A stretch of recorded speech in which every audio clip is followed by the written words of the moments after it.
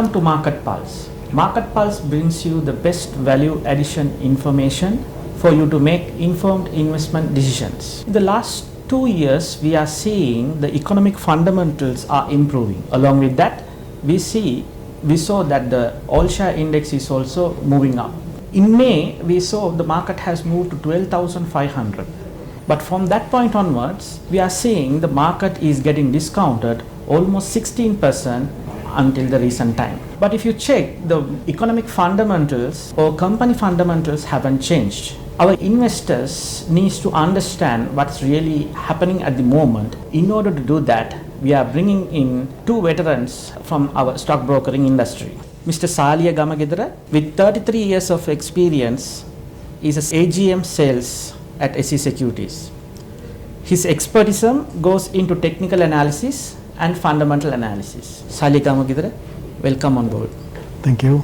Then we have Mr. Lawrence David with 38 years of experience in the industry, and his expertise goes into technical analysis and fundamental analysis. Mr. David, welcome to the show. Thank you. To begin with, I would like to ask the panel the first question. If you see the fundamental side of the economy, we are seeing the foreign reserves have improved what we were early 2 years ago, and remittances also have improved, and foreign tourism industry also gaining momentum, new arrivals are improved. Along with that, we saw the market also went up closer to 12,500 levels. From that point onwards, we saw the market has dropped almost 16%. What do you think the reason behind this drop? I would like to invite Mr. David to give his opinion on this. Yes, as you said, the market has discounted to 16%, and at the moment it has become relatively quite cheap. With all developments that have gone in the country, I think the main contributing factor for the market drop against the developments that have been happening is fear psychosis that has set up into the market. Right?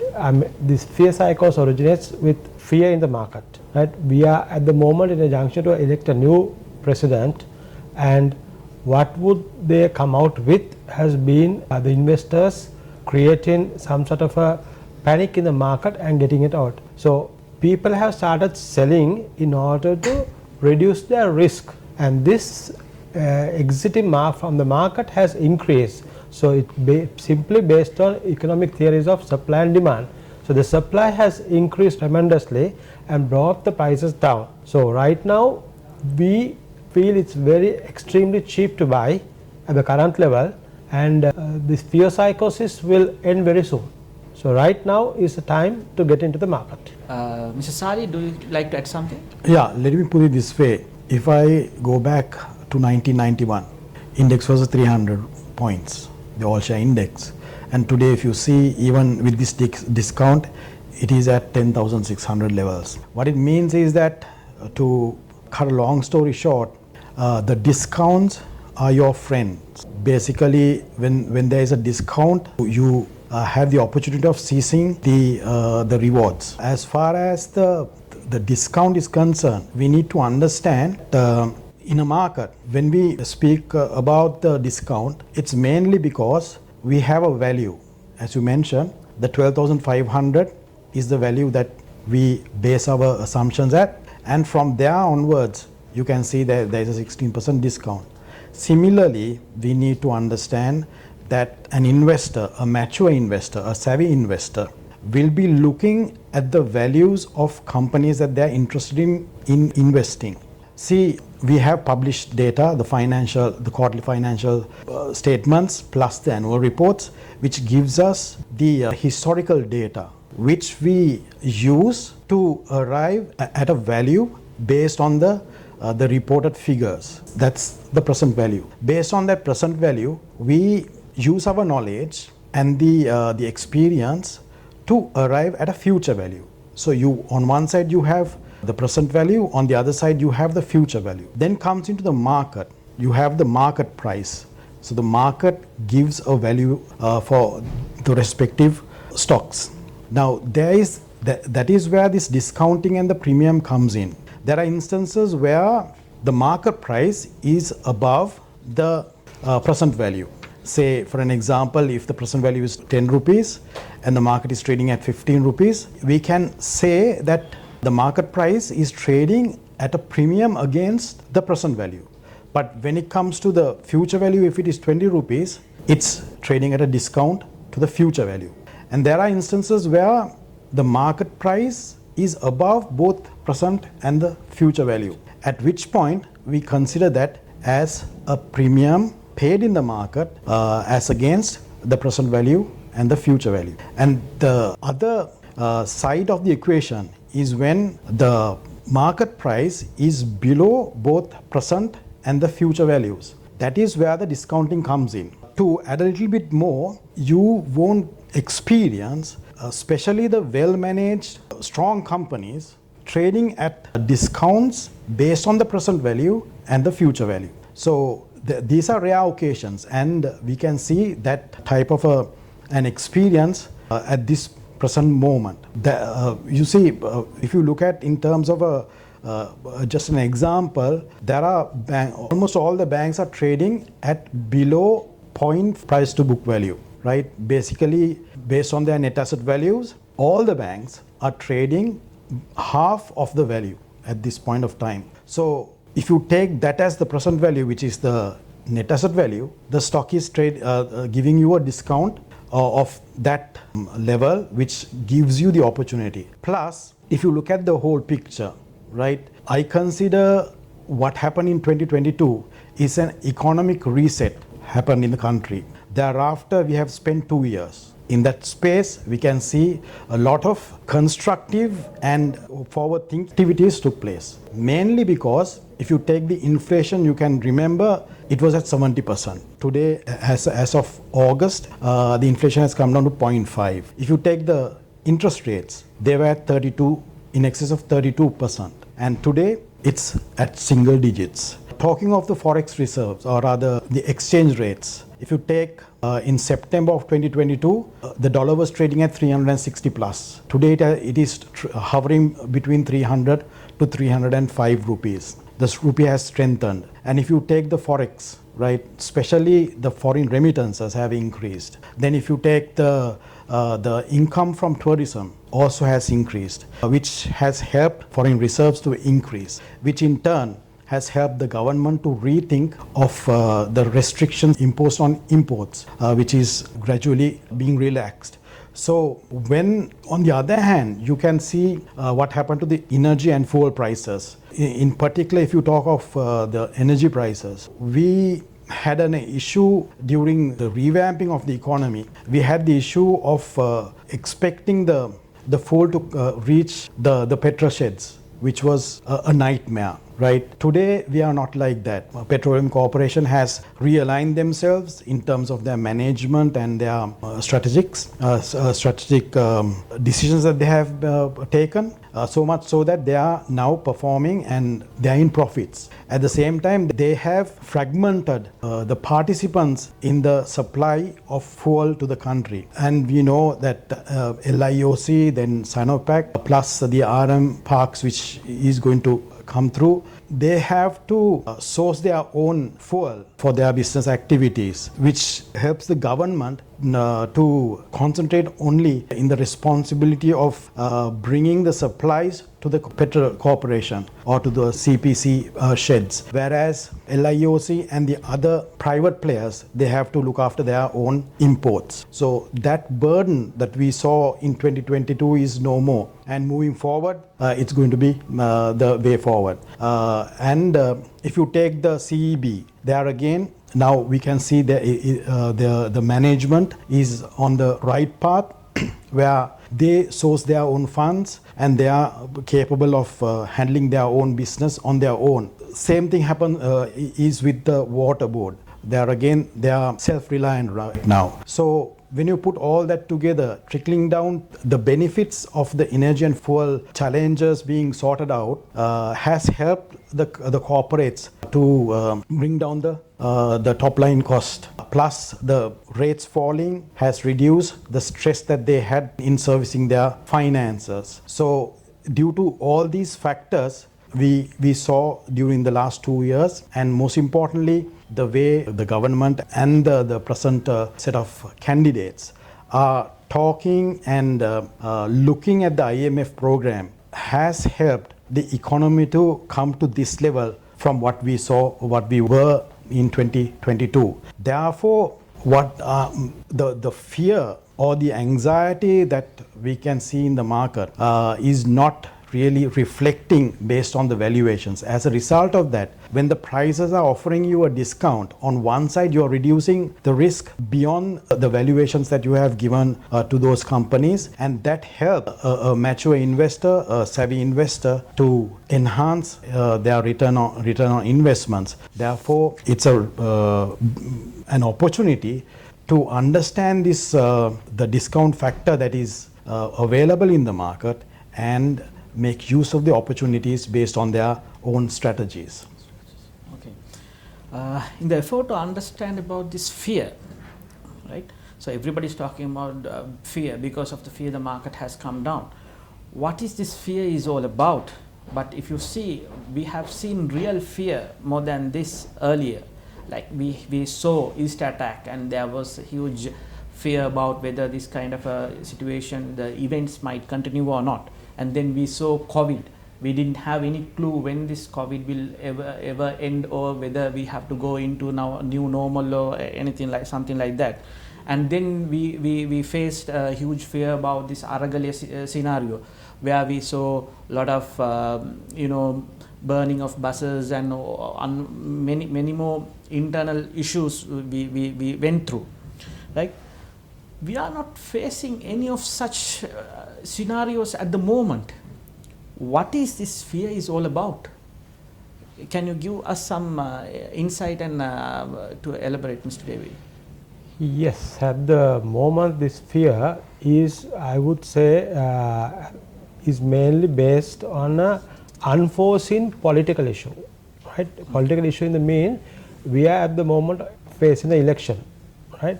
Who is going to come in, what their policies would be, are the main reasons of driving a fear. So this fear is also spread into the market for various people's gains, right? And what would the new elected government come, what would they do? How would they manage things? These are the things that are poisoning the investor's mind and creating a fear. Thus, created fear definitely provokes them to keep on selling and getting out of their investments, minimizing the risk and the losses. So this creates an excessive selling pressure in the market. Right? This is the fear. As you said, like more, if you take the COVID, we couldn't even get out on the streets. Right? Our life, I mean, in the whole world, there were many people dying. Right? If you went out, you would have contracted COVID. This is not that type of fear. Right? A big question mark comes, who is going to do what next, right? And is our investment safe? Yes, I would say yes, right? On the long run, right? Short term volatility is there in any market, but on the long term it is good. So that is where you should go into. So this fear is actually in holding your stocks, right? So should we hold, should we get out? So when people keep on selling, there are other issues that trickle down with this excessive selling. It's supply and demand, right? So when the supply is high, the demand can diminish or vanish, right? It can reduce or completely go away. So then the selling will bring down the prices more and more and more. So this is the fear that our stocks will be lose the market. Now we have come to that end of that tunnel, right? Now whoever exerted the fear probably has sold out everything, right? And now they will be looking to buy. So this is the fear that we are talking in the market. Uncertain, unforeseen fear. It may not be a reality. Thank you. Sari, would you like to add something? Yes. See, just as you mentioned, right, in the 2019 Easter attacks, then the COVID, then the Aragale period in 2022, we saw different types of fear being built during those major incidents that we had to go through, those challenges. And comparatively, what we see now, there is a difference. So the level of fear is not only different based on those events itself, right? Unfortunately, what happens is during this fear psychosis being experienced by investors, the kind of the perception, the impression individuals are having are going to be warped. The reason is, they are not only looking at the doubts that they have, right? They are being contributed, or the information that they are collecting in order to make a decision is going to be challenged, right? So as a result of that, we need to understand what this fear is all about as investors, right? We are talking of the stock market. Stock market is a place where there is risk, and we should be aware of that risk. If we don't know what that risk is, it's not going to be easy to become a successful investor, right? So as stockbrokers, we encourage the investors to understand and educate themselves in identifying the risk and managing the risk, because even though the stock market is a place where there is high risk, you can manage the risk by understanding what this risk is all about. So if you take the fear factor in, that is only one part of it, right? Our knowledge as far as our valuations are concerned is the real deal, right? If we know what that value is, if we know even the simple valuation of the net asset value, we should know, right? And let's take just the same example of the banks. They are all trading half the net asset value at the present moment, right? And you need to understand why the banks are valued at those levels. Are they really worth at those prices, right? At the net asset value price, right? It's not rocket science to understand that banks, especially in Sri Lanka, are more valuable than the net asset value that is given. So when the stock is trading way below the net asset value itself, right? That is something that we should, as individual investors, we should analyze, right? We need to really understand why the bank is valued at that price and whether it's fair. If it is fair, how come the price is trading at half the value right now? Isn't that a bargain? Isn't that an opportunity, right? So we need to understand that. So managing the risk itself is inherent in managing our fear, right? Everybody, I mean, anywhere in the world, anybody is faced with fear. So fear is nothing. There is no harm being fearful, right? But how we manage it and how we overcome that will give us the expected above average returns, and especially that kind of an experience you won't get all the time. That's why I mentioned, you have the present value, you have the future value, and the market is giving a value much lower than both of them, right? That won't happen all the time. And the valuable companies, right, if they are trading at such discounts, that's a rare occurrence. So you need to, you need to have your strategies in place in executing and reaping the benefits of that. Okay. So if you see this, let me add to the fear that we were talking about. So if you check what happened with the Easter attack with that there was some changes in the fundamentals of the economy. We saw there's a severe drop in the tourist arrivals, and then with COVID we saw our reserves are drying up. So there was severe change in our economic fundamentals with those fears. But when it comes to this fear that people are talking about, this political development, whichever it is happening right now, we didn't see any fundamental changing, but the market started to come down. And also, if you see all the main three candidates, what they are providing, what they are telling is they are asking for the mandate from the people to run for the office in order to develop the economy and the country. No one is trying to bring back the country to the previous levels. Everybody wants to take the economy to the next level.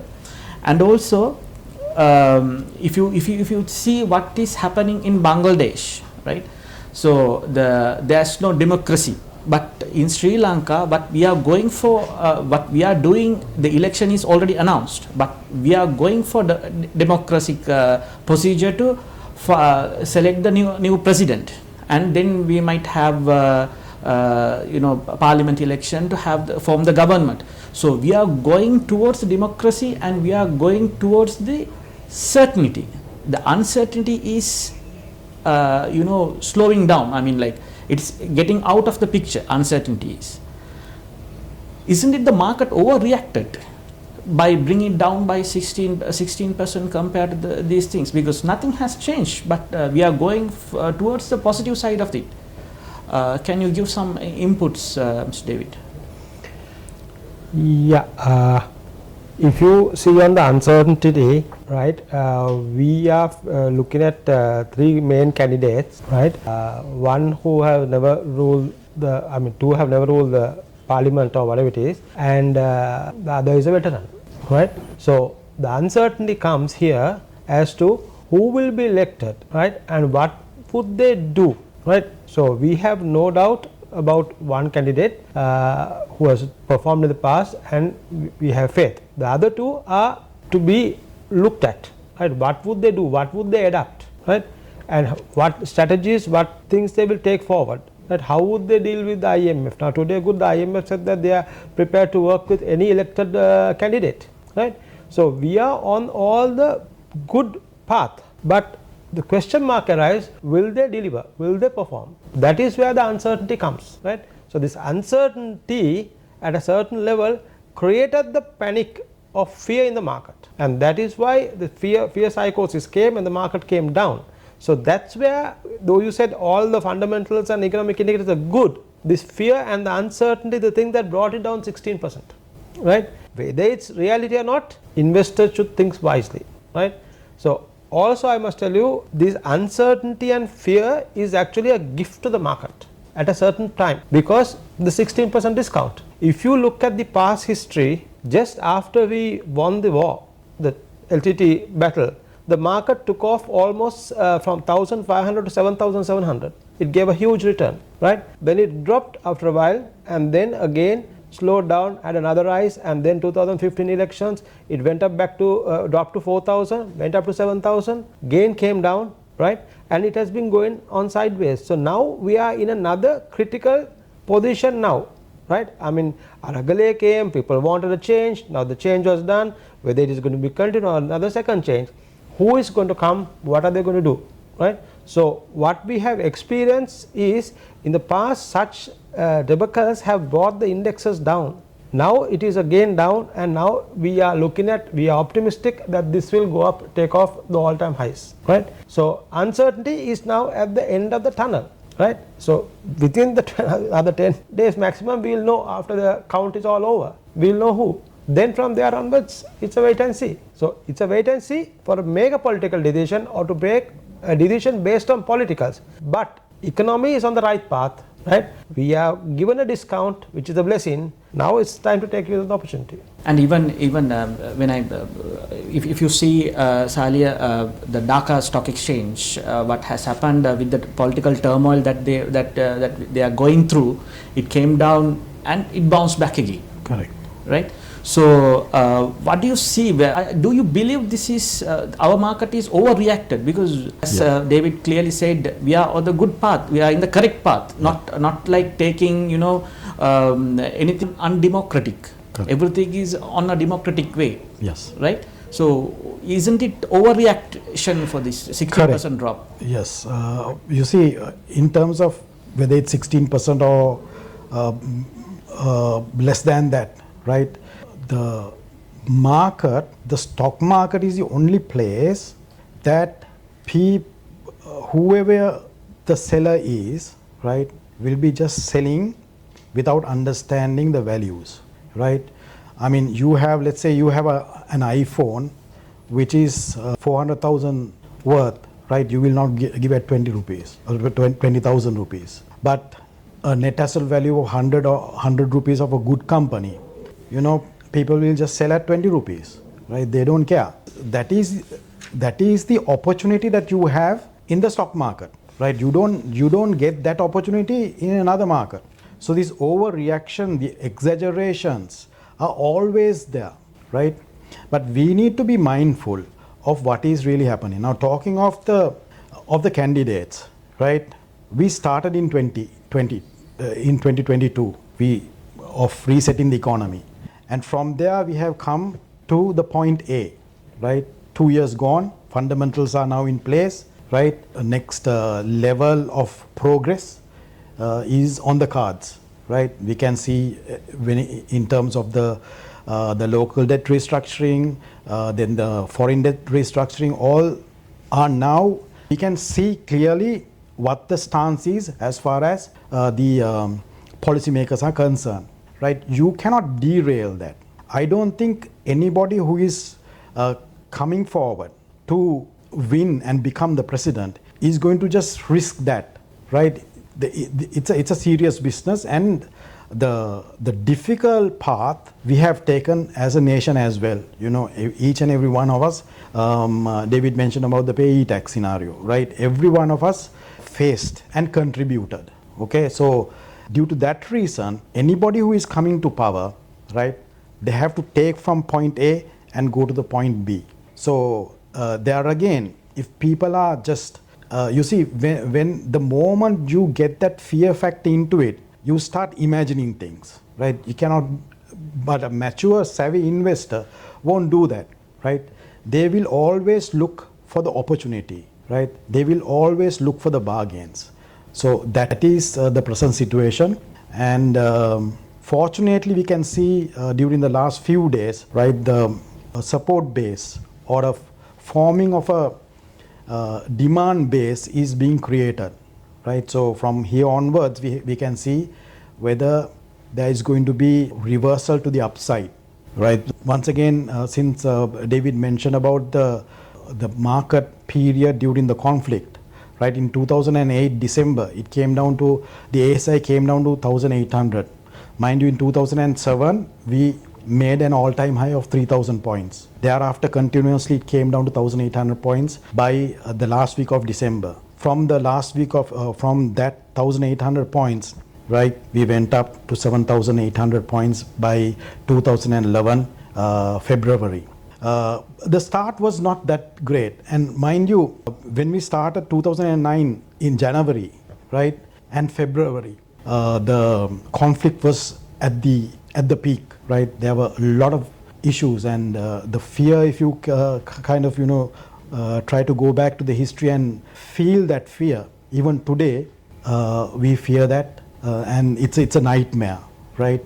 But the market started going up. Nobody knew why it was going up, right? But when the conflict was over in May 2009, still we did not see the participation properly. But the participation really came at the start of 2010. So from 2010 to 2011 February, that was a massive rally. So these are the opportunities that you have. Then if you take the 2020 period, right, lockdown, we could only use our computers, right? Nobody could even go for their other types of jobs or any other activities, right? The index came down to 4,200. A lot of people said the drop is still deep and steep, but it survived at 4,200 and started rising, and the rest is history. In 2022 Jan-Feb period, we made the new all-time high of 13,500. That's a huge return. This present moment is also another phenomenal opportunity that we have, right? Who the mature investor, the bold investor, because a risk taker should know how to analyze the risk, and at the same time when he invests, he knows his side of the story, right? Individual investors will perform, because just because one investor is making money doesn't mean that another investor also is going to make money, right? So it's up to the individual investor to decide and reap the benefits. If you see the market turnover last few weeks, we were having around 200 to 300 million turnover. But in the last couple of days, we are witnessing over 1 billion turnover on daily basis. So can we say that the smart money is moving into the market at this level, at this discounted levels, and also market is supporting at that level? So in a scenario like this, what is the best strategy to adopt at this moment?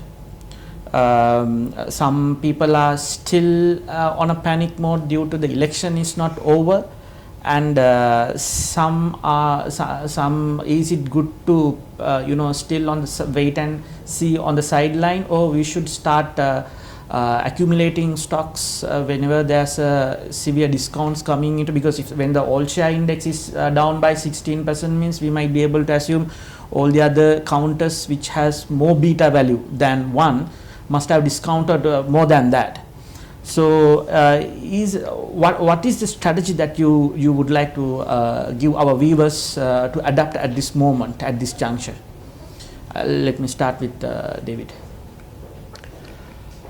Yes, right now I would say, now like what Salih said, 2009 the war finished. 2010 is where the market started picking up, right? So we finished the war and then we plan on the development and the growth path. So you need to give some time for that to set in. That is where from 2010 May the market started going up, and it went up approximately 7,000 points. So there is value, right? I won't say there's good shares and bad shares. Yes, that is, but I would define it as cheap and expensive. So even the most good share can be expensive at one time. So that is where we see the peak and the pivot, and then from there a turnaround with other changes that will happening. So right now also we are going through the same path. Electricity bills have been brought down, costs, fuel has been brought down, currencies has been come down, right? So all this needs to filter in the performance that we are going to see in the near future. Trade agreements have signed. All three candidates have agreed that they have to emphasize on power and energy. So if the bilateral trade agreements are signed, industrial zone has 5 have been identified, right? If those are to get off, you need the rest of the infrastructure. Priority is on the power and energy. That is why all the three candidates have emphasized that they are going to play a pivotal role in this thing. So in this thing we have seen right now with some tenders been flouting around, that there have been a lot of foreign investors coming for the power and energy sector. Today also I saw another BOI agreement signed on a distilleries company coming in, right? Then all candidates have agreed on pay reduction, the personal tax reduction. Now what does this imply? This would imply that the disposable income within the investor and the retail person or the average man on the street would increase. So that increase would also give the opportunity to them for them to spend and stimulate the economy. When they spend, the retailer gets some business through, right? So this will stimulate the economy and this will take things forward. Similarly, if the governments are going to look at infrastructure development, they will definitely entertain the foreign investors. So foreign investments will come in. So what more do we see? We are on the right path. So my advice is, this is the time to get in, and you need to get in. Also depend, I would say, if you have the retailer and the investor and the trader, these parties are dependent on each other, right? So it's the best time for the retailer, the trader to come in and now buy, because when the high net worth on the accumulator or the investor comes and buys, then volumes are being absorbed from the market, right? And then the retailer coming in will push the price up. That is the behavior, if they like it or not. That is the behavior of the market. So this is the correct time. Bilateral agreements, other things, I mean tourism coming in, all these things are there spoken on a common platform. Salary increments, right? I mean even they are emphasizing that the private sector has increased salaries. So these are all going to bring money into the investor's hand. So this will definitely create more buying power. So, and interest rates are down, right? What are you getting on the interest rates, right? A single digit or somewhere, and you are also taxed on it. Stock market, there is no capital gains tax. So where do you put your money? This is the only place, right? So all these factors are poised for the stock market to take off. And as I said earlier, every such crash in the market will rise. Every destruction has reconstruction. So destruction, what I mean here is the prices coming down, and then with the scenario, the local economic growing up, that is where the reconstruction comes. So the reconstruction will definitely create value and opportunity, right? Another quote I would say is, crisis has opportunities within it. So you need to analyze on the fall where the crisis is, what is the extent of crisis, what is the gravity of it, how long is it going to pursue, then you look at the opportunities. So this is where at the best opportune time. So I ask all investors, put your foot down, don't waste time, take what you have to take, right? Lovely. Sorry, would you like to add something on this? Yes, if we think about what we should be doing right now is basically David summed the whole thing up in terms of the valuations are concerned, right? Just like you mentioned about the economic fundamentals and the fundamentals of the corporates, right? They are looking really attractive. As a result, obviously, there is a steep discount in the best companies that are listed in the market, and they themselves are gathering them for the investments that we can see. If you take JKH with their waterfront project being almost coming to an end, we can see the opportunities that are happening. But the main factor as an investor, or if you take the side of an investor and a trader, first thing is you need to understand who you are. Are you an investor or a trader, right? Based on that, you need to structure your strategies. Talking of an investor, a good example or a good strategy is called the rupee cost averaging, which is popularly known as dollar cost averaging in other countries. That helps you. So you need to study the strategies and understand whether you are an investor. Then as a trader, you have three pillars. Buying, why are you buying, why are you selling, and are you prepared to cut loss, right? You need to understand that, and then you come and trade. Especially if you take the present scenario, right? We can see a support base forming, then you have a low, right? And are you prepared if the downtrend is going to continue? What's your strategy on that, right? So that's for a trader. But when it comes to an accumulator, as an investor, right, you have plenty of opportunities. This is primarily for an investor. This market is an investor's market, but the traders obviously will have to have their own strategies in place so that they will be able to reap the benefits. But once again, I must re-emphasize that the time is for the investors to come in and seize the opportunity. Thank you, Salia and David, for giving your valuable insights and sharing your immense knowledge with our viewers. I hope our viewers got a clear picture about what's the situation at the moment and what kind of strategies and decisions that you should make. Thank you very much for watching us today, and I hope to see you in another new episode. Thank you.